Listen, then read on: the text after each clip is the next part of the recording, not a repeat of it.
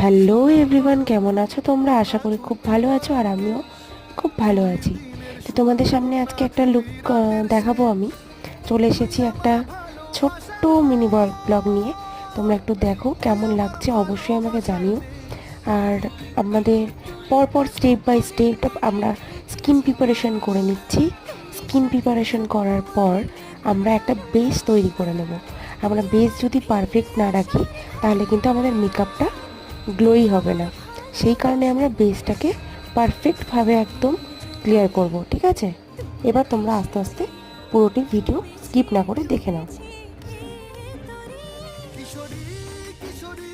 আমরা কিন্তু খুব ভালোভাবে বেসটাকে তৈরি করে ফেলেছি। তারপর আমরা পরপর স্টেপ বাই স্টেপ অনুযায়ী লুকটাকে ক্রিয়েট করে নেব।